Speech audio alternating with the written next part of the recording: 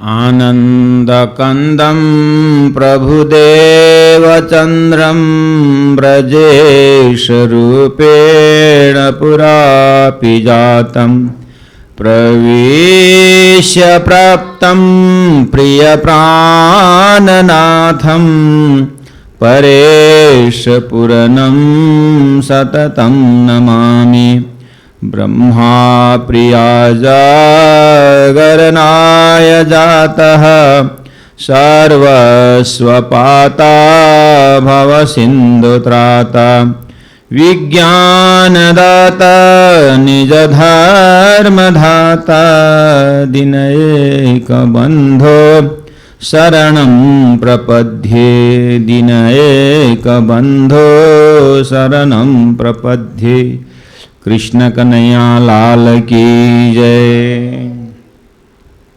उपस्थित धर्म प्रचारक प्रचारिकाएं, सभी विद्यार्थीगण, साधकजन तथा YouTube अर्थात इस लाइव प्रसारण के माध्यम से दूर दूर से श्रवण करने वाले सभी आत्माओं को श्री कृष्ण प्रणामी साधनालय रायगढ़ के इस महामती मंच से सबको प्रणाम का अभिवादन करना चाहता हूँ। प्रणाम।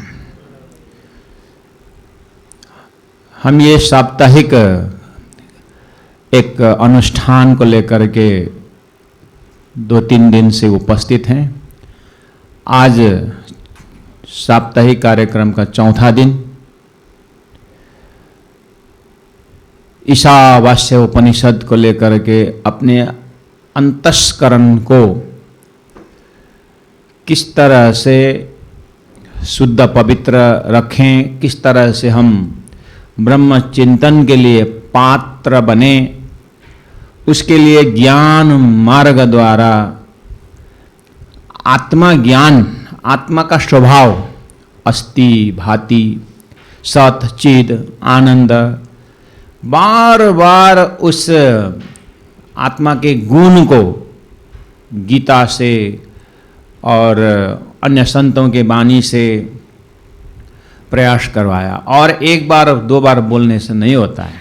ये जीव में अपने स्वभाव को भूल करके ये आत्मा स्वरूप, परात्मा स्वरूप, सुरता स्वरूप, उस ब्रह्म का अंश स्वरूप, आनंद स्वरूपा वो आत्मा प्रकृति और शरीर का ये माया का गुण को लेकर के यही परीक्षा है कि जन्म जन्म से इतना मोटा इसका कोट लगा हुआ है कि ये अपने आप मकड़ी के तार के समान, मकड़ी अपने ही जाली अपने ही प्रकट करती है, उसी में मर जाती है। और इसी तरह हमारा ये जीव भाव जो है संसार को फैला फैला करके अपने स्वरूप से सुदूर चले गए बैठे बैठे।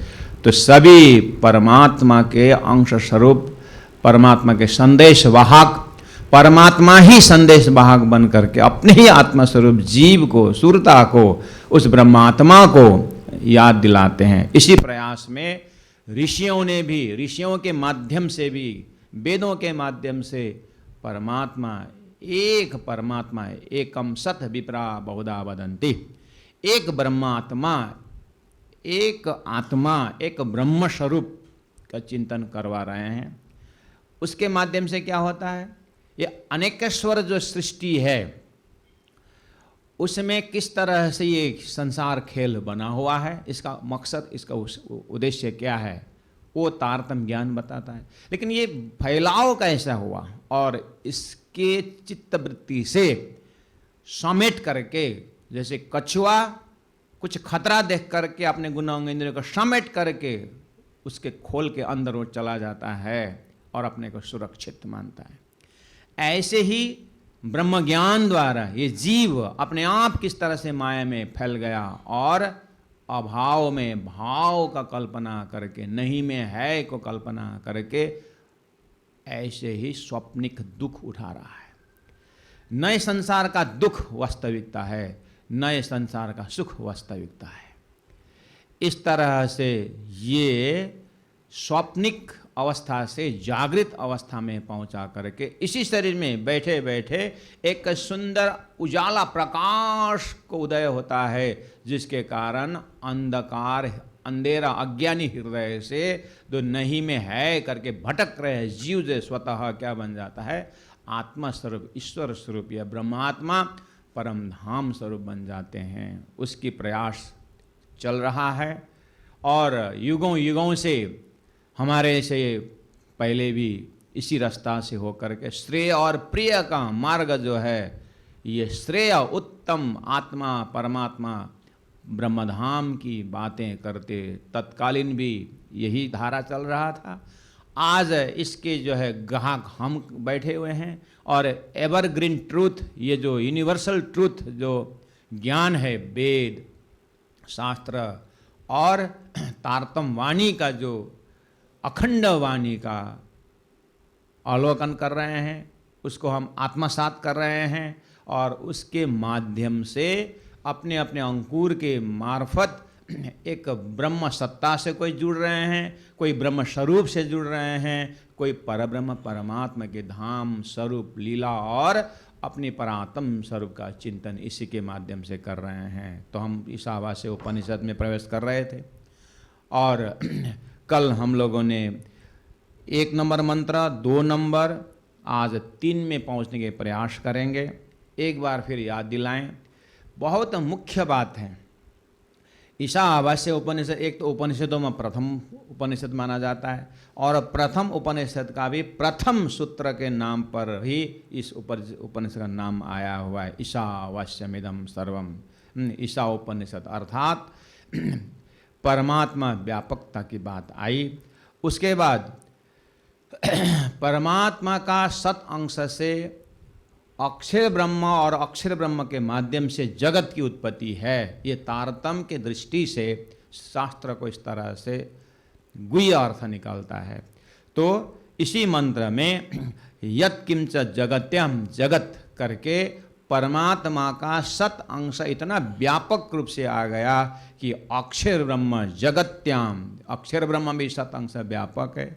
उसके बाद अक्षर ब्रह्म का जो एक मन का कल्पना स्वरूप और मन में एक परमात्मा का हुक्म ही मोह अज्ञान भर मन कर्म काल और शून्य ये नाम सारे नीद के निराकार निरंजन मामति प्रणजन वाणी में कहा कि अक्षर ब्रह्म के ऊपर परमात्मा की एक उपाधि, जिसको वेदांत सूत्र भाषा से उसके उपाधि, उसके ऊपर एक आवरण, एक ढक्कन, एक नीत का आवरण, जिसको कुरान में फरामोशी करके कहा है, वो जगत्याम उस अक्षर ब्रह्म का बेहद एरिया में। उसके बाद फिर उत्पन्न होता है संसार नारायणी सृष्टि, जो जगत पैदा होता है। तो प्राण जी ने कहा या में महाविष्णु मन, मन थे त्रिगुण ताते तिरचर सब उत्पन्न।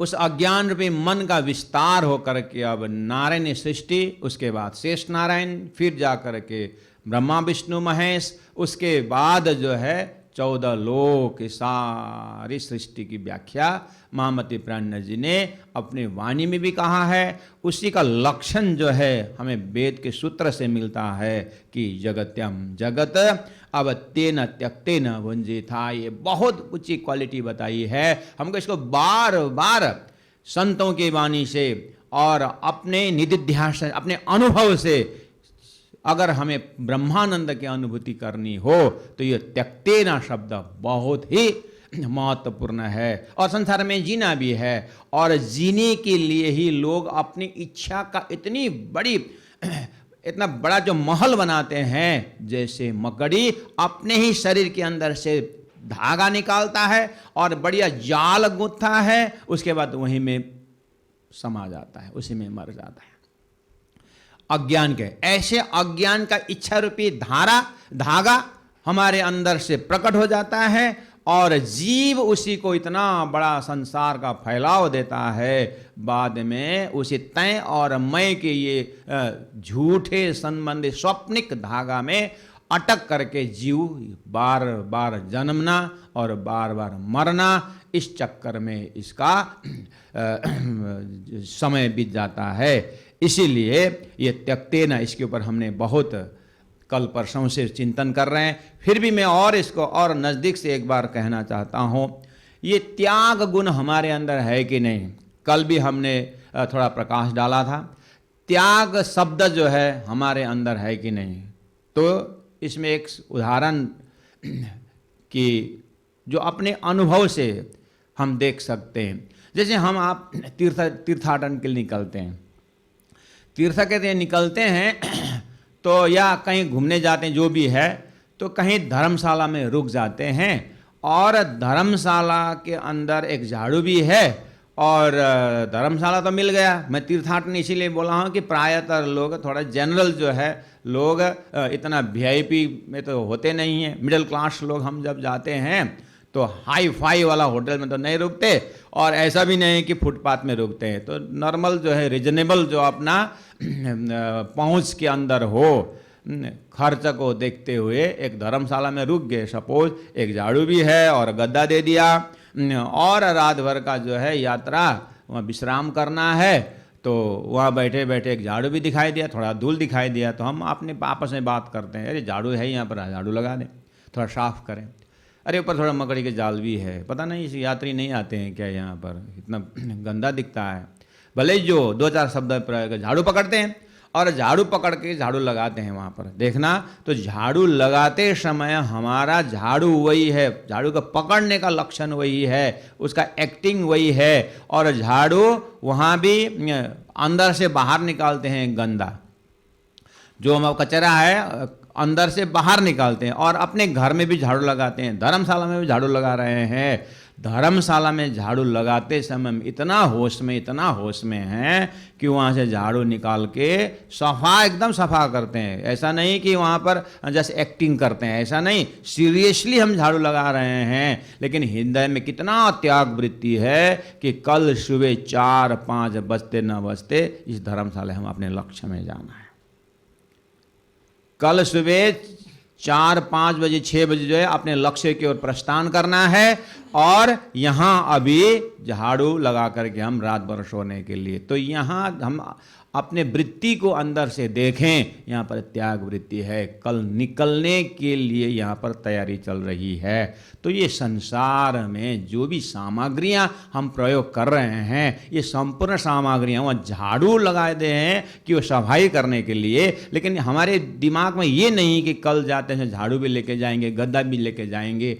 कहीं हमारे अंतस्करण ढूंढे, कहीं नहीं मिलता है। वो जैसा यहीं था यूज किया और यहीं छोड़ के चले जाना है, यही हमारा मकसद रहता है। संसार में हम आने से पहले सड़कें बनी थी, सारे व्यवस्था थी, और कोई भी सामग्री हमने लेके नहीं आए। परमात्मा ही यत्र तत्र परमात्मा ने ही व्यवस्था कर रखे थे। और गुरुजी मंगलदास जी कहा करते हैं, हमारे संसार में आने से पहले अन्न में जो दूध है वो किसने भरा, फलों में जो दूध है वो किसने भरा, और ये सारा दाना पानी हमारे जीने के लिए किसने तैयार किया, सारा परमात्मा का देन है। यत्र तत्र परमात्मा की कृपा, परमात्मा का मेहर जो है दिखाई देती है। तो ये सब सामग्रियों को प्रयोग करके तेन त्यक्तेन भुंजी था, उन परमात्मा को भूले बिना, उनकी दया को देखते हुए, परमात्मा जीव के ऊपर इतनी दया करना चाहते हैं, हम भी किसी के ऊपर दया करना चाहते हैं। लिप सर्विस करके तो नहीं होता है ना, आई विल हेल्प यू, मैं तुमको मदद करता हूँ, मुख से बोलने लिप सर्विस थोड़ी होता है। कुछ सामग्रियों प्रस्तुत करना होता है। कोई किसी को बर्थडे मनाने जाते हैं हम, तो खाली हाथ जाकर के हैप्पी बर्थडे टू यू बोलने क्या मतलब हुआ। कम से कम 20 रुपये, 50 रुपये का, 100 रुपये का डॉट पेन लेके जाएं, तो वो प्रेम जो भाव है वो हम उनकी सेवा करना चाहते हैं, जो भाव व्यक्त करने को सामग्री जरूरत है। तो परमात्मा इतनी सृष्टि बना करके, पहाड़ कंदराएं और इतने अच्छे से ऋतु परिवर्तन और इतना सुंदर जो है चमक, ऊपर आकाश में बेलून की तरह सुंदर सुंदर आकाश में डिजाइनिंग है, और सूर्य के अंदर प्रकाश भरे हैं, और चंद्रमा में शीतलता भरे हैं, और तारागण नक्षत्र, इतना सूर्य, इतना सुंदर भूमंडल बना करके परमात्मा हमारे ऊपर कितना मेहर कर रहे हैं। तेन त्यक्तेन वंजित। उन परमात्मा की डिजाइनिंग को देखते हुए उसमें अपने आप को एक सदस्य मान करके, एक फूल भी वहां पर खिल रहा है तो मेरे खुशी के लिए खिल रहा है, एक फल वहां पर फल दे रहा है तो परमात्मा की कृपा से फल के माध्यम से परमात्मा मेरे अंदर विराजमान है। तो अंदर विराजमान वाला परमात्मा बाहर अपने ही ताकत से, अपनी शक्ति से, अपनी दया स्वरूप में होकर के फल वो स्वयं ले रहे हैं। और इसमें मेरा क्या है? गौ के माध्यम से दूध दे रहे हैं और ऋतुओं के माध्यम से इतना घूमने का और इतना सुंदर सुंदर प्रकृति का नदियां, झरना और इतना पवित्र सरिता जो घूम रही है, आखिर सृष्टि को बिगाड़ा तो हम लोगों ने बिगाड़ा है। कभी कभी क्या होता है, सुंदर माहौल होता है और पेड़ों के नीचे हवाएं सुंदर बहती थी, हमने घर बना के बैठ लिया और दूसरे दिन से मैला शुरू। सारी सृष्टि को ये तालमेल तो हम बिगाड़ रहे हैं, फिर भी परमात्मा ने उसके लिए भी व्यवस्था कर दिया है। उस हमारे शरीर से निकला हुआ उस कुवस्तु को भी जो है परमात्मा ने व्यवस्था कर रखी है। उनकी दया पल पल हर घड़ी उसको हम दर्शन मिलता है। तो मंत्र जो है यहाँ पर उपनिषदिक मंत्र तेन त्यक्तेन वंजित। तो त्याग वृत्ति हमारे अंदर कैसे दर्शन करें?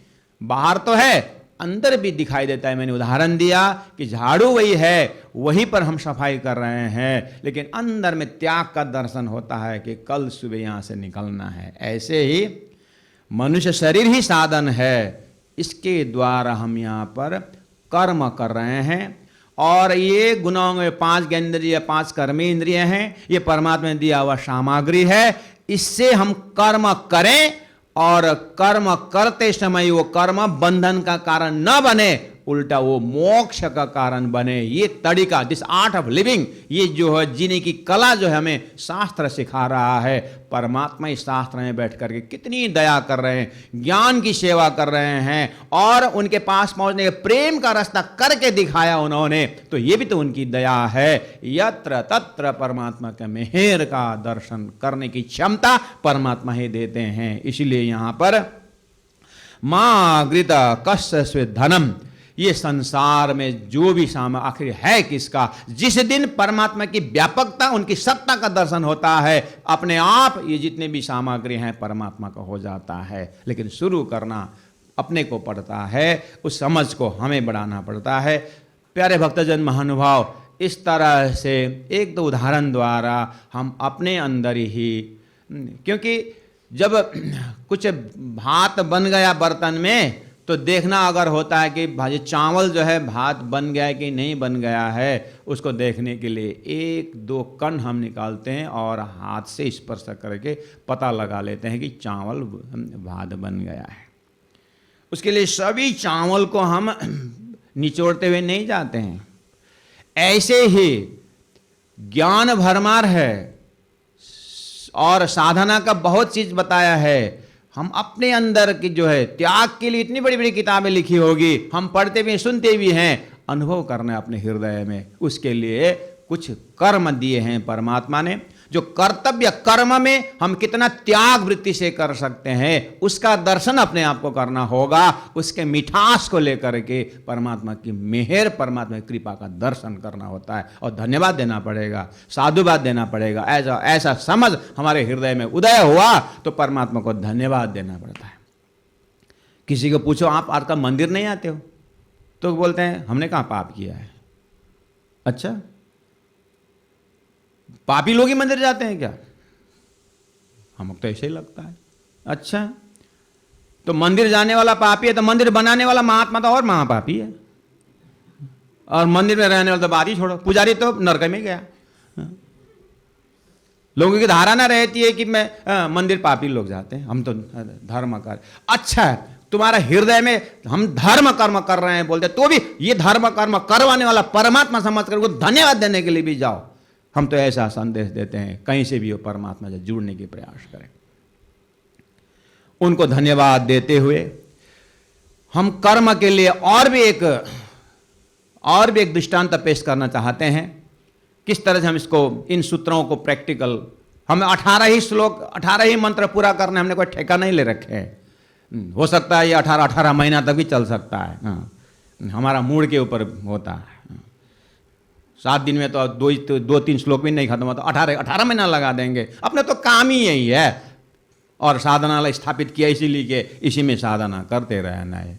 मैं एक बहुत चीज़ बोलता हूँ, एक उदाहरण देने की मैं कोशिश करता हूँ।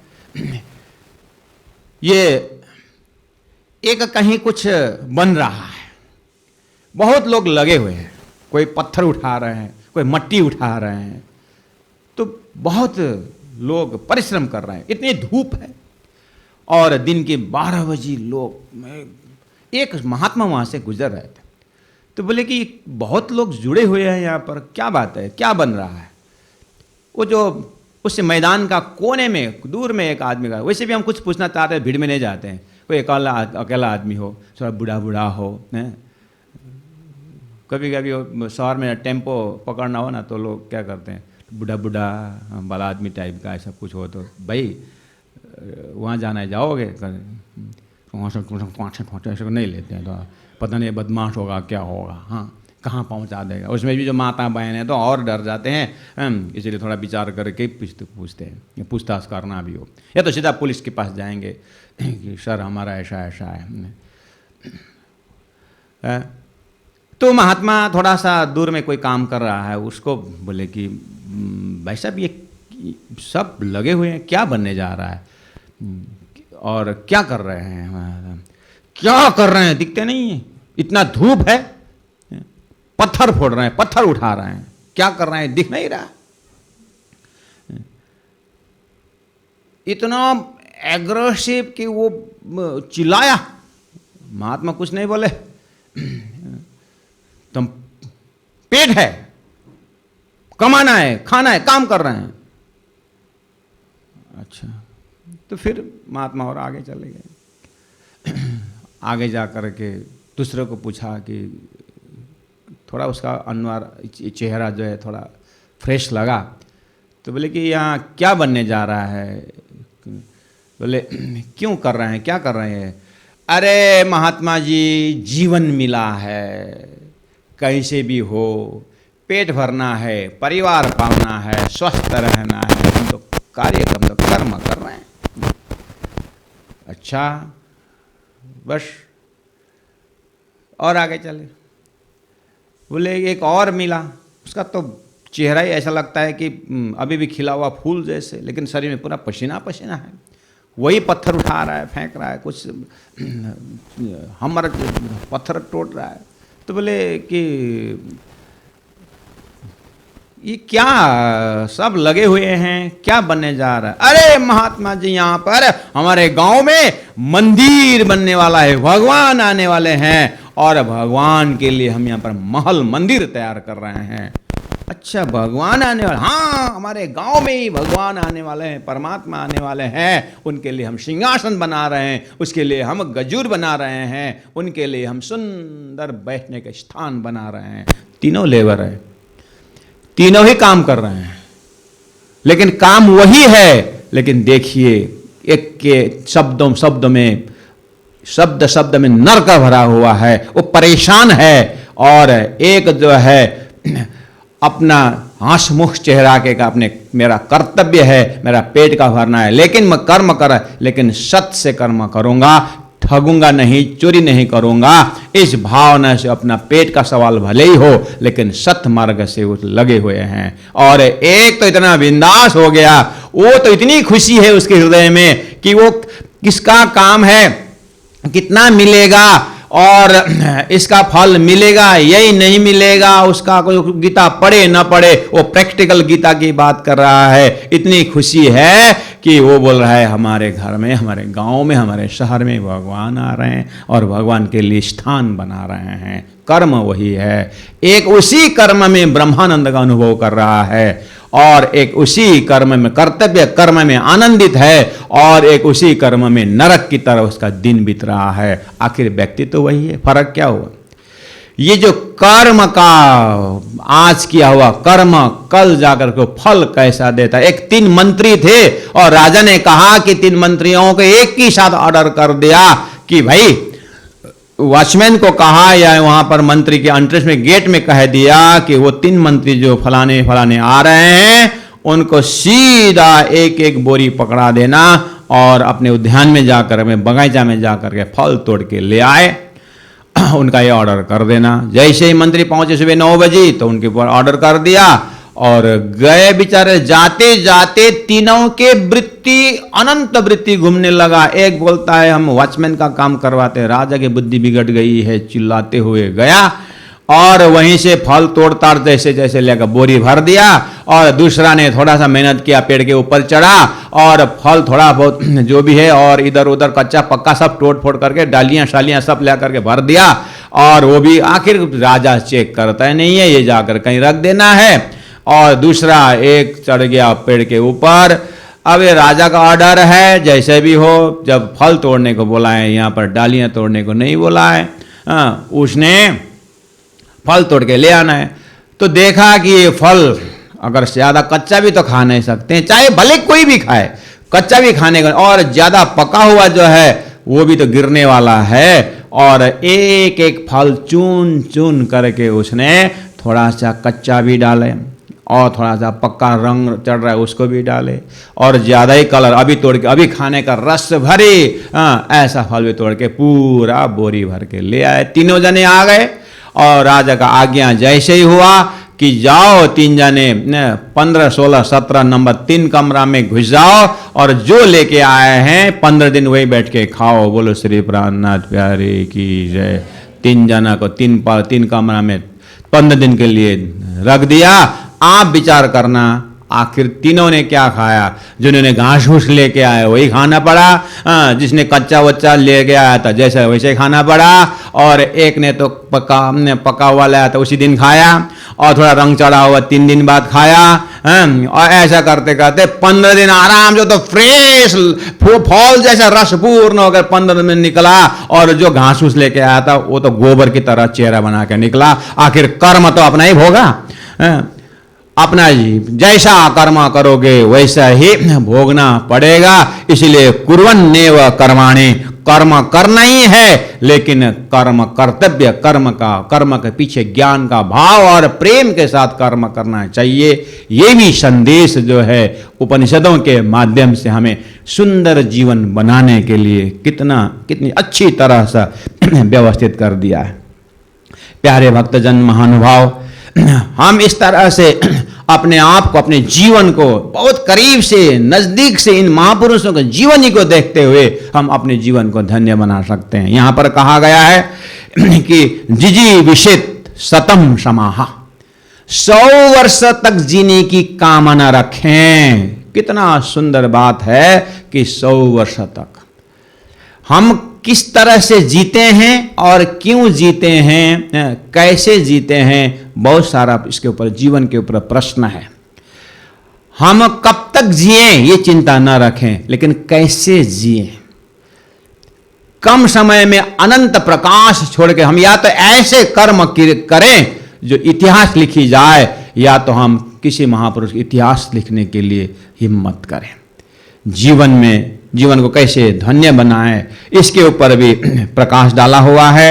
एवं तोई नान्यचित, और कोई रास्ता नहीं है इस संसार, इस कर्म बंधन से उठने के लिए और अपने ही अंतस्करण को शुद्ध पवित्र करने के लिए परमात्मा ने जहां जहां हम हैं और जैसे जैसे वातावरण में हमारा प्रारब्ध कर्म ने पहुंचा दिया है, उसी प्रारब्ध कर्म में हमारा जैसा कर्म का अंकुर देके भेजे हैं उसी में फल लगाने की कोशिश करें, उसी से मुक्त होने की कोशिश करना, ये बात संकेत में दिया है। और जो कर्म है परमात्मा को समर्पित करते हुए कर्म तो करना ही चाहिए, तब जा करके न कर्म लिप्यते नरे। मनुष्य का जो है कर्म कभी बंधन का कारण नहीं बनता है। इसलिए गुरुजी मंगलदास जी का तो जीवन भर स्लोगन यही रहा, ज्ञान भक्ति और सेवा। तो ये इंद्रिय भी संलग्न हो गया और इंद्रिय ऐसे काम नहीं करेगा, अपने दिल से करना है और वहाँ पर भक्ति समावेश है और विवेक भी चाहिए, क्या करना चाहिए क्या नहीं करना चाहिए, what should be done and what not should be done. कर्म जो है एक विधि कर्म होता है, एक निषेध कर्म होता है। निषेध कर्म से तो बहुत पहले ही उठा दिया है। महामती प्राणनाथ जी ने अपनी वाणी में, अपने जब प्रचार प्रसार में निकले आज से 400 साल पहले, तो उन्होंने कहा पीना तमाकू छोड़ दो, मांस मछली सब, शराब और सब का परदारा चोरी न कब। ये निषेध कर्म में महामती प्राणनाथ जी ने थोड़ा सा लक्षण करके बताया और अपने वाणी में ऐसा निषेध कर्म को उन्होंने बहुत जोड़तोड़ से खंडन किया। उसके बाद जो विधि कर्म है उसको पूरा परमात्मा के स्वरूप को समझते हुए, उनको न भूलते हुए हमें कर्म करने की बात कही और कर्म को सेवा बनाने की बात कही है, तब जा करके हमारा जीवन धन्य होता है। तो आगे आज हम तीसरा नंबर मंत्र में चलते हैं। तो यहाँ मंत्र को उच्चारण करता हूं। असुरिया नामाते लोकाहा अंधेना तमसावृता तांस्ते प्रत्या अभिगच्छन्ति ये के चात्महनो जनाः।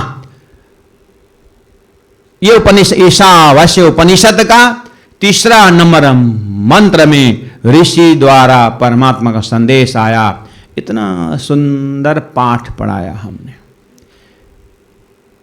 उपनिषद चिंता करती है, इतना सुंदर पाठ पढ़ाया। क्या हमने इतना सुंदर जीने की कला सिखाई। क्या ईशावास्यमिदं तेन त्यक्तेन भुंजीथा मागृदकस्य धनम। और कुर्वन्नेव कर्माणि, कर्म करना चाहिए। 100 वर्ष जीने की इच्छा रखो, नो प्रॉब्लम, लेकिन अच्छा कर्म करके। जितना अच्छा कर्म करके तुम संसार में रहोगे उतना ही अच्छा पुण्य कमाओगे और समाज उत्थान की भी बहुत बहुत प्रेरणा मिलेगा दुनिया को। भगवान बुद्ध ने अपने जो है भिक्षुओं के साथ जब प्रचार में निकलते थे तो उन्होंने एक जगह पानी मांगा, प्यास लगी थी तो उन्होंने पानी मांगा। लोगों ने डंडा लेके आए और मारने के लिए तैयार हो गए और पिटाई जोरदार की। भगवान बुद्ध ने कहा बहुत अच्छा, बहुत खुशी। आप लोग ऐसे प्रेमी हैं और इतने आपका टीम स्पिरिट है, आप लोग कहीं हिलना नहीं, कहीं दौड़ना नहीं, एक जगह बैठ करके आप केले के जैसे आप बिल्कुल मोटा तगड़ा हो गए बैठना। हाँ, और आगे बढ़े डंडा वंडा खा के। और दूसरे गांव में गए, प्यास तो लगी थी, फिर उन्होंने मांगा कुछ पानी मिलेगा क्या। जैसे ही बुद्ध वहां पहुंचने की बात हुई और पानी की जगह पानी का पा भी उच्चारण नहीं कहते, लोगों ने छाछ भरे, छाछ के डब्बा लेकर दही और पूरा खुरसन मलाई लेकर के दौड़ दौड़ के आए कि भिक्षुक आए हमारे गांव में। तो उन्होंने इतना प्रेम भाव से पिलाया तो बुद्ध बहुत गुस्से में आ गए। तुम लोग यहाँ एक जगह बैठ करके ये क्या कर रहे हो, तुम लोगों तो जगह जगह जाना चाहिए, ऐसा भी कोई आदमी रहता है यहाँ पर, तुम लोग नालायक हो, बेकार हो, भागो यहाँ से करके बहुत गुस्से में आ गए। भिक्षुक कंफ्यूज हो गए, जितने भी उनके शिष्य मंडली थे, खाए पिए बढ़िया, लेकिन और आगे जा करके बुद्ध भगवान हमें समझ में नहीं आया। जिन्होंने डंडा दिया उसको तो आशीर्वाद देकर एक जगह बैठा दिया, और जिन्होंने ये इतना सुंदर पानी मांग रहे थे, जब छाछ दही देकर कितना तृप्ति किया, हमारा प्यास को बुझाया, हुआ तो आप नाराज हो गए। भगवान बुद्ध ने कहा यही तो जीवन है। वो लोग जो पानी मांगते हैं, डंडा देने वाले, जब देश के कोने कोने ऐसा असत लोग, असुर लोग जब फैल जाते हैं तो समाज में अशांति बढ़ेगी। उनको तो एक ही जगह काटे मारे। भगवान श्री कृष्ण ने अपने अंतिम में अपने यदुवंशियों को सखाप करके चले गए, क्योंकि ये बहुत बदमाश हो चुके थे। ऐसे लोगों को बात फैलने नहीं देना है। बुद्ध ने कहा ऐसे पानी मांगते तो छाछ लेके आते हैं, इतना प्रेम भाव ये लोग जितने समाज में फैलेंगे, अगर 100 जने के बीच में ये एक आदर्श पुरुष होकर रहे तो कितना समाज में सुंदर व्यवस्था होती है, सबको आनंद फैल जाता है। इसीलिए मैंने इनको डांट फट करके उनको बाहर, इन लोगों को बाहर, इन लोगों को 100 साल 200 साल ऐसा जीना चाहिए। वही तो उपनिषद बोल रहा है कि कर्तव्य कर्म के ऊपर निष्ठावान होकर के 100 साल भले जियो, कोई आपत्ति नहीं है, क्योंकि तुम्हारे अंदर से समाज में आनंद बढ़ता है। ऐसे त्यागी महात्मा सन्यासी और ऐसे शुद्ध चित्त वाले जब समाज में रहते हैं तो एक आपस में आनंद बांटते हैं। महामती ने कहा, जेने दर्शने नेत्र ठरे अने वचन कहे ठरे अंग। जिनको देखते ही उनको देखने वालों के आंख में प्रेम का उदय होता है और सामने वालों के आंख से प्रेम का शीतलता प्राप्त होता है। और ऐसे प्रेमी आत्मा बोलेगा तो कितना हृदय गद गद बनाएगा। आखिर जितना दिन जीना हो संसार में प्रेम से जिए, हंसते हुए जिए और खुशी से जिए, आनंद से जिए और आनंद को बांटे। यही तो जीवन है, इसमें तो आनंद है। और साथ साथ उस ब्रह्म स्वरूप को भी जब तारतम द्वारा उस ब्रह्मधाम का भी लक्ष्य हो जाए तब तो फिर शून्य में सुगंध हो जाता है। ऐसा भी संदेश महामती प्राणन जी ने वाणी में प्रत्यक्ष रख दिया है और शास्त्र उसका सपोर्ट में बोल रहा है कि 100 ईयर्स जीने की इच्छा करो। ऐसे ऐसे सुंदर तरीका मैंने बताया। भगवान ने, वेद भगवान जो है इन मंत्रों के माध्यम से आगे कहते हैं। इतना सुंदर रास्ता बताने पर भी अगर वो चलता नहीं और जीवन को धन्य नहीं बनाता है तो परमात्मा कहते, उसके लिए भी हमने व्यवस्था कर रखी है।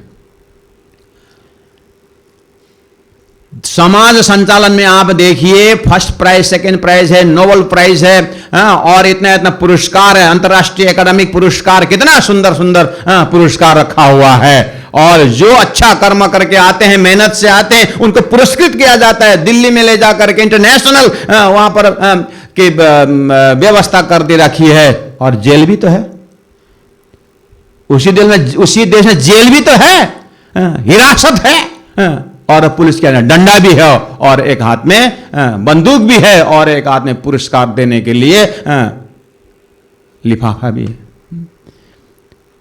10 साल दुपट्टा सब है, बढ़िया बढ़िया सुंदर शाल भी है और वहां भी स्टेज है और वहां भी स्वागत सम्मान का सामग्री है। आखिर इसी समाज के अंदर हम आंख से देखते हैं तो जेल में कौन जाता है। और इसी तरह इसका एक विराट रूप है, आत्मा का एक स्वरूप है। उस विराट स्वरूप के अंदर भी स्वर्ग वैकुंठ का प्रलोभन दिखाते हुए परमात्मा अपना धाम की व्यवस्था भी है। और ऐसे न मानने वालों को नरक और 84 लाख यूनि होकर के उसको जो है गचे पचे पचे पचे मरिए माहे, इस तरह से गचे पचे होने के लिए भी जगह बना रखा है। इसलिए वेद ने इसको सैंक्शन कर दिया कि असुरिया नामते लोकाहा अंधेन तमसा आवृता। 3 नंबर श्लोक में कहा कि असुरिया नामते लोका।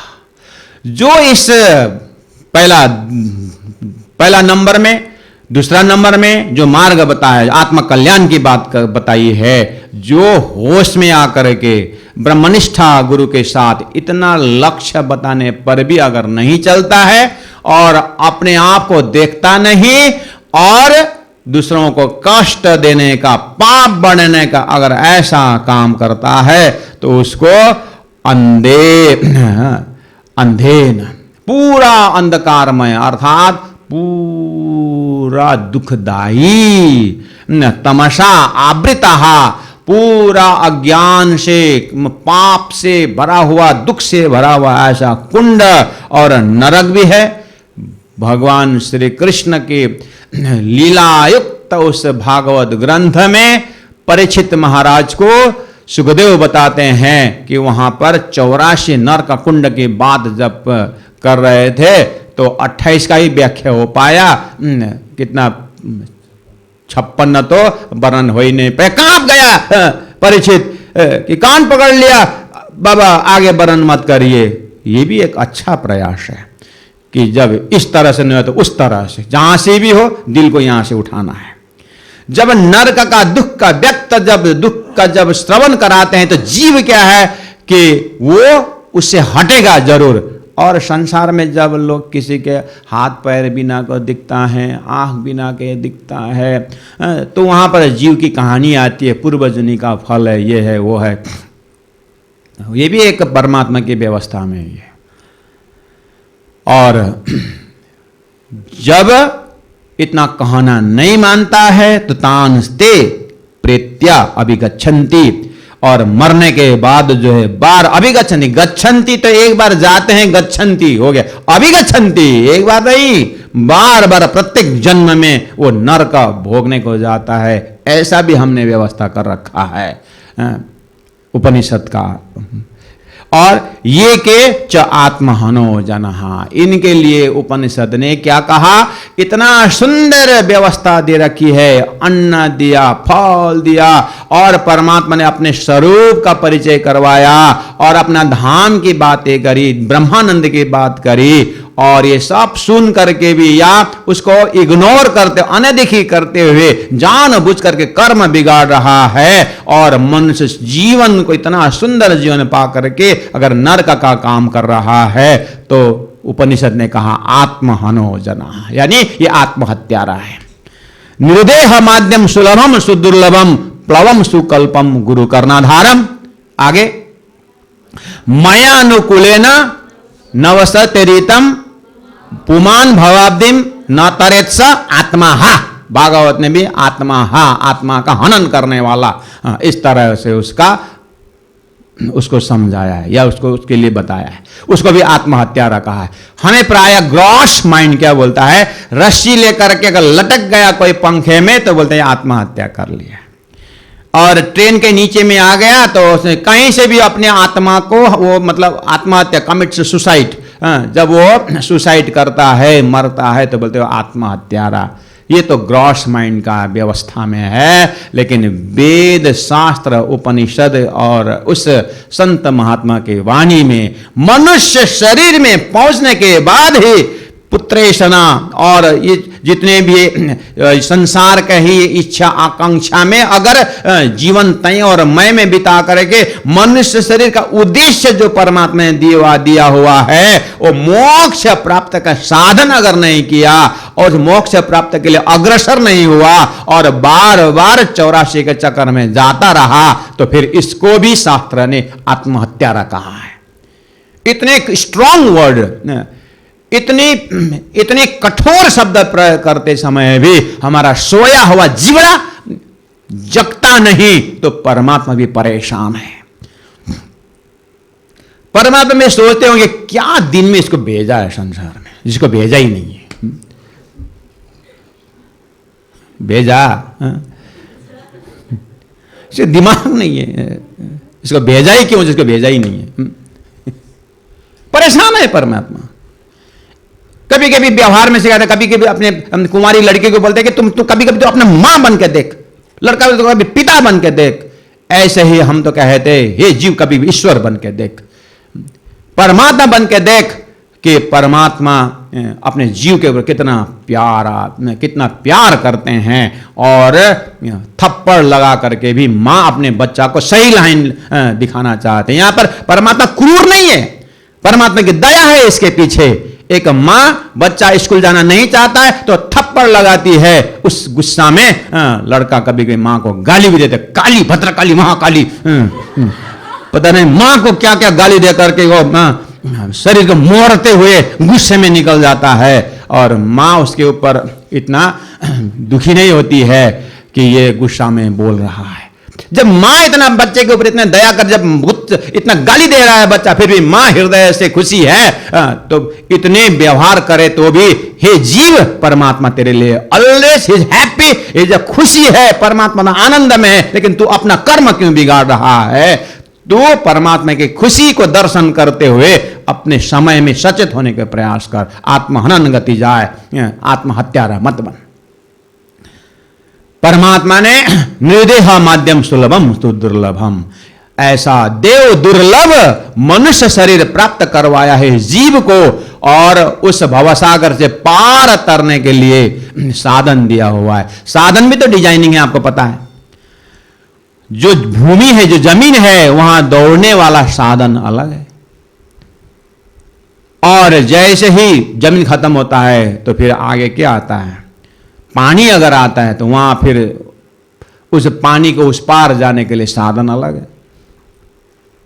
नहीं मैं जमीन से उसी साधन में बैठ जाता हूं करके 4 व्हीलर लगाओ सागर में, वहां तो नाव की जरूरत होती है। ऐसे ही सतयुग की साधना अलग है, साधन अलग है, त्रेता का अलग है, द्वापर का अलग है, और कलयुग के लिए अनुभवी उन परमात्मा ने क्या बताया, कलौ केशव कीर्तनात्। कलयुग में तो परमात्मा श्री कृष्ण के गुणगान से ही जीव का उद्धार है। वो भी तो देखना होगा, हर चीज में व्यवस्थित करके परमात्मा ने अपने तक पहुंचने के लिए जीव को क्या क्या मार्ग बताया है, कर्म का मार्ग बताया है, कहां तक पहुंचने के लिए, उपासना कब तक के लिए, और ज्ञान कब तक के लिए, और आगे जाकर के पराध सदा प्रेम लक्षण भक्ति का मार्ग भी तो दिया हुआ है। इसलिए प्राणनाथ जी ने कहा कि ये सबको चिंतन करते हुए हद पार बेहद है, बेहद पार अक्षर, अक्षर पार वतन है, जागिए न घर। उस घर अपना वतन, अपना परम धाम को प्राप्त करने के लिए इन सारी चीजों को अवलोकन करते हुए आत्मा को आगे बढ़ना है। लेकिन इतना समझाने पर भी अगर ये जीव जो है आगे नहीं बढ़ता है, उसके लिए व्यवस्था कर दी रखी है, असूर्य नामते लोका अंधेना तमसा वृता तामस्ते प्रेत्याभिगच्छन्ति। ये के आत्महना जना, आत्महनो जना, हाँ ये आत्महत्यारा लोग। कितना दुख है, कितना दुख के कारण बोल रहे होंगे कि हमारे बुद्धि को हमने प्रयोग नहीं किया। इतना सुंदर साधन दिया है। प्राणनाथ ने कहा वृथा का निगम रे पामी पदरत चार, उत्तम मान को खंड हरतनो श्रेष्ठ कुली। कलयुग ऐसा 28वां कलयुग मिला हुआ है, और सिरदार गुरु, सदगुरु, तारतम्य गुरु हमें मिला हुआ है। अब इतना होने के बाद भी अगर हम शास्त्रों को अवलोकन करते हुए और तारतम वाणी द्वारा एक ब्रह्म द्वितीयो नास्ति, एक परब्रह्म परमात्मा में समर्पित होकर के आगे न बढ़े तो हमारा भी जीवन जो है आत्महनन गति जाए हो सकता है। तो प्यारे भक्तजन महानुभाव, आगे चौथा नंबर मंत्र में अब ऋषि और परमात्मा वेद भगवान जो है, यानी परमात्मा वेदों के माध्यम से जीव को अब बताते हैं कि वो जो अपना स्वरूप को उन्होंने संकेत किया था, ईशावास्यमिदं सर्वं जो था, उस समय मैंने कहा था कि ये व्यापकता की जो बात आती है, प्राणनाथ जी ने कहा है या में ब्रह्म सत्ता न होती, तो ब्रह्म सत्ता की बात तो 1 नंबर श्लोक में कहा, 1 नंबर मंत्र में कहा, चौथा नंबर में जाकर के कहा कि वो व्यापक ब्रह्म जो है वो व्यापक के साथ साथ उनका एक सतत स्वरूप है, और उस सत्य स्वरूप को जो है कैसे स्मरण करना चाहिए, उसके लिए अब चौथा नंबर में एक परमात्मा का स्वरूप कैसा है। 5वां नंबर मंत्र, 6वां नंबर जो है मंत्र, अब वो वहां तक चला जाएगा। मैंने उस समय में भी प्रथम एपिसोड में मैंने कहा हूँ, वहीं पर मैंने लक्ष्य किया था, संकेत किया था कि सूर्य का स्वरूप व्यापक नहीं है, सत्ता व्यापक है। सत्ता से हमारे शरीर के अंदर आत्मा स्वरूप से शरीर जिंदा है, ये सत्ता है। और उसी तरह ब्रह्म का सत्ता से सृष्टि संचालन हो रहा है, लेकिन ब्रह्म का स्वरूप सृष्टि से बाहर है। वो कैसा है, उसका भी लक्षण इसी श्लोक में किया हुआ है। चौथा नंबर मंत्र में उसका लक्षण दिया हुआ है। मैंने ये भी कहा था, जब राष्ट्रपति शासन जब देश में लागू होता है तो राष्ट्रपति स्वरूप में बंदूक ले लेकर के सब घर घर में उपस्थित नहीं होता है, उसका हुक्म व्यापक होता है। और राष्ट्रपति तो अपने देश के कैपिटल के उस राष्ट्रपति भवन में होता है। इसी तरह अक्षरातीत परब्रह्म परमात्मा से राष्ट्रपति भवन अपना जो मूल मिलावा, अपना जो रंग महल दिव्य परम धाम में उपस्थित हैं, और अपने सत्ता से सच्चिदानंदमय लीला का उस अष्टप्रहर लीला में परमात्मा वहीं पर उपस्थित है, और अपना आत्मा स्वरूप वहीं पर विराजमान है। अब परमात्मा ने उन आत्माओं को संसार एक यूनिक खेल दिखाने के लिए सृष्टि रचना की है अक्षर के माध्यम से। तो अक्षर द्वारा ये खेल कैसे बनने का प्रसंग जब तक इस दुनिया का खेल नहीं देखते, और जब तक ये दुख का संसार जब नहीं देखते, परमात्मा का सत्य का अनुभव नहीं होता है। इसीलिए यहाँ पर खेल की रचना हुई है। बिना कारण कारज नहीं होए, सो को कारण या के दोय। महामति प्राणनाथ जी ने सृष्टि लीला का कारण महाकारण सारा बताया है तारतम वाणी में। तो यहाँ पर संकेत मिल रहा है। ये भी एक बहुत सुंदर प्रसंग है। एक बार प्रजापति के पास दानव भी गए, देवता भी गए, मानव भी गए। मैंने कल भी एक तारतम्य वाणी के जब प्रवचन था वहां पर मैंने ये दृष्टांत वहां भी मैंने कहा हूं, आप लोग सुन रहे होंगे, बार बार सुनना, और मन नहीं लगा तो फिर भी सुनना। प्रजापति के पास जाकर के उपदेश के लिए 3 जने बैठ गए, दानव और देवता और मानव। प्रजापति ने पूछा, कहा हो बबुआ, कहां से आ गए? बोले उपदेश के लिए। अच्छा। प्रजापति आंख बंद किया 2 मिनट 3 मिनट, और अपने गर्दन को सीधा बनाया, कमर को सीधी रखी, आंख बंद करके बोले द। बोलते नहीं, वह आगे द बोल के छोड़ दिया। ये 3 घंटा बैठे होगे, कार्यक्रम आगे बढ़ेगा? बढ़ा ही नहीं। शायद महापुरुष है, कम बोलते हैं। भगवान है, कम बोले, एक शब्द में इतना ही बोले। फिर अब भगवान ने ही प्रेरणा दिया, दानों ने अब यहाँ पर नहीं, अब यही उपदेश होगा। फिर अब देवताओं ने सोचा, हाँ अर्थ लग गया, अर्थ लग गया। हम लोग देवता लोग बहुत विलासी हैं, लग्जरियस हैं। हमारा गुणांग इंद्रिय इतना ये भोगने में इतने तल्लीन हो गया है कि हम ये जो देवता लोगों को अपने इंद्रियों को दमन करना चाहिए। दौ से यही शिक्षा दिया प्रजापति ने कि हमारा गुणांग इंद्रियों को हमें दमन करना चाहिए, कंट्रोल करना चाहिए। और नहीं, सही बात बताया है, उपदेश क्लियर हो गया, निकल गए। दानव भी वही था, और दानों ने असल हम बहुत निर्दयी लोग हैं, दूसरों को कष्ट देखते दिए, दुख देते, ये हमारा स्वभाव का ही यहाँ पर नक्शा आ गया प्रजापति के उसमें। हमें तो ये दौ से हम दयालु बनना चाहिए हमको। उन्होंने वही दिया कि वो दयालु बन करके निकल गए। एक द शब्द का अपना अपना अर्थ लगाया। गुरु जी मंगलदास जी ने कहा कि जमीन फर्टिलाइजर है, अच्छी है, लेकिन वहां पर जैसा बीज बोगे वैसा ही उगेगा, और जैसा बीज लगाओगे अपने अपने अंकुर लेकर के उठेगा। गुरु जी ने सुक्ति में कहा। ऐसे ही वेद वही है, ज्ञान धरती में वही है। यहाँ जीव सृष्टि अपना अर्थ लगा करके लक्ष्य को जाएंगे, ईश्वरीय सृष्टि अपने अर्थ लगा करके निकलेंगे, और ब्रह्म सृष्टि ईश्वरीय जीव सृष्टि अपने अपने अर्थ से उसी शास्त्र से जाएंगे। इसीलिए प्राण जी ने कहा, जिन जानो शास्त्रों में नहीं है, शास्त्रों में सब कुछ। पर जीव सृष्टि क्या जाने, इन जिनकी अकल है तुझ। मानव प्रजापति के पास बैठा तो उसने द कान से सुना और मानव ने अर्थ लगाया। हाँ सही बात है।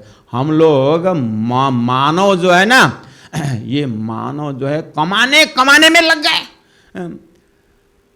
जैसे भी हो है ना, कमाना तो खूब सीख लिया, लेकिन गमाना हमने नहीं सीखा। हमें ये द से यही बुझना चाहिए, दान करो, दान करो। दान देने के लिए हमको शिक्षा मिली है।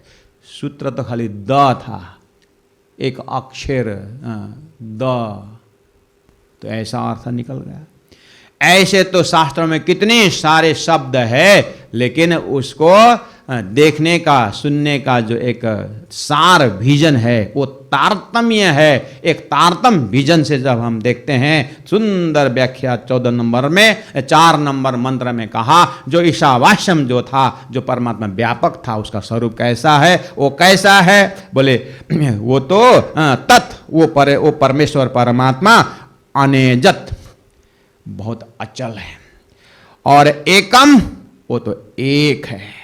और मनसो, मन से जवीय हो, अर्थात मन से बहुत तीव्रशाली, मन से तो पता नहीं कितने ताकतदार, इतना तीव्र गति में दौड़ने वाला है। इस तरह से संकेत कर रहे हैं। तो प्यारे भक्तजन महानुभाव, आज का समय लगभग हो गया है। अब इस मंत्र के अंदर प्रवेश होने के बाद तो निकलना मुश्किल होता है। इसीलिए कल का फ्रेश समय में हम अब 4 नंबर सूत्र द्वारा हम परमात्मा जो अभी शुरुआत ईशावास्यम इदम सर्वम से था, उसका एकीकरण करने जा रहे हैं। क्यों?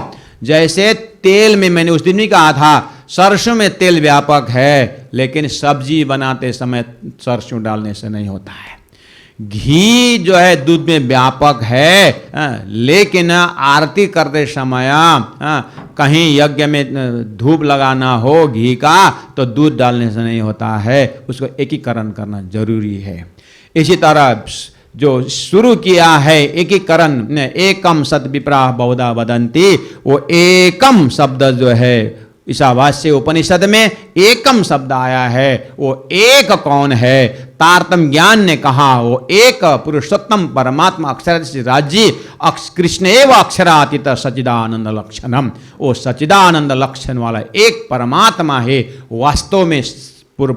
वास्तव में पूर्णमदः पूर्णमिदम् है। इसलिए अब वो पूर्णमदः से पूर्ण ही रूप अक्षर ब्रह्म किस तरह से उनका अस्तित्व है, और अक्षर ब्रह्म द्वारा अनेक जो है, जिसमें वाष्यम जो परमात्मा का मन, जागृत का मन संसार में चेतन रूप से कैसे व्यापक होता है, वो व्यापकता भी इसी में है। लेकिन ऐसा अर्थ समझ करके इस प्रतिबिंब स्वरूप संसार से बिंब की ओर चलने का जो संकेत जो शास्त्र में दिया है, उसका प्रत्यक्ष प्रमाण कराने वाला तारतम्य ज्ञान है। इसलिए तारतम्य ज्ञान के माध्यम से उस लक्ष्य को रखते हुए इस वैदिक मंत्र को हम अर्थ श्रवण कर रहे हैं। ये भी जो है प्राज्ञ जी ने कहा, सो तेता ही बुलिया जो गया जालाऊं चल, अपने अपने मुख से जहर करे मजल। जिनका जो ज्ञान जहां से उदय हुआ है, किसी का आदि नारायण से उदय हुआ तो एकम उनके लिए आदि नारायण है। जिनका ज्ञान अक्षर से उदय होकर के पंचवासना के स्वरूप से संसार में आया है तो उनका एकम अक्षर ब्रह्म हो जाता है। और वो अकूटस्थ एवं तदधामनि कृष्ण दर्शन लालसः कूटस्थ अक्षर ब्रह्म भी आगे और एक स्टेप अक्षरातीत पर ब्रह्म परमा अक्षरातीत अक्षरात परतः पर दिव्य है अमृत पुरुष, उस अमृत पुरुष सच्चिदानंद स्वरूप परमात्मा को तारतम्य द्वारा दर्शन करके अब वहां से महाकारण से जब सृष्टि देखते हैं तो एकम तो अक्षरातीत पर ब्रह्म परमात्मा के सिवाय दूसरा कोई हो ही नहीं सकता है।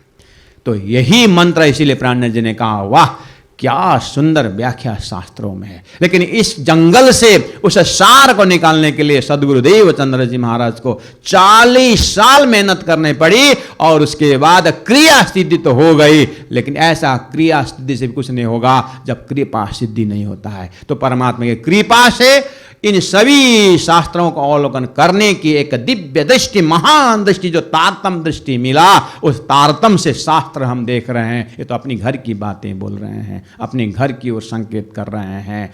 जितना उस शास्त्रों का गूढ़ रहस्य को जब समझ में आता है, शास्त्रों प्रति श्रद्धा विश्वास उतना ही बढ़ता है, उतना प्यारा बन जाता है। और ऐसे प्यारा शास्त्र का संरक्षक तो एक तारतम्य ही है, और तारतम्य जिसने समझा वो शास्त्रों को अपने सिर में भले लेके न चले, लेकिन शास्त्रों के एक एक अक्षरशः एक देवी देवता से कम नहीं मानते। इसलिए प्राज्ञ जी ने कहा वाणी में कि सूत्र में कहा है सदगुरु महाराज ने कि ब्रह्म विद्या देवी सही, ये ब्रह्म विद्या है, ये देवी के रूप में लेते हैं, अर्थात वो विद्या की जननी। इस तरह से शास्त्रों का सम्मान और श्रद्धा और शास्त्रों के प्रति समर्पित भावना तारतम्य द्वारा प्रकट होता है। इसलिए तारतम्य शास्त्र अवलोकन से हम देख रहे हैं कि शास्त्र में शास्त्र बिना कौन माने। शास्त्र में सब कुछ है लेकिन तारतम्य चाहिए। इसीलिए तारतम्य ज्ञान के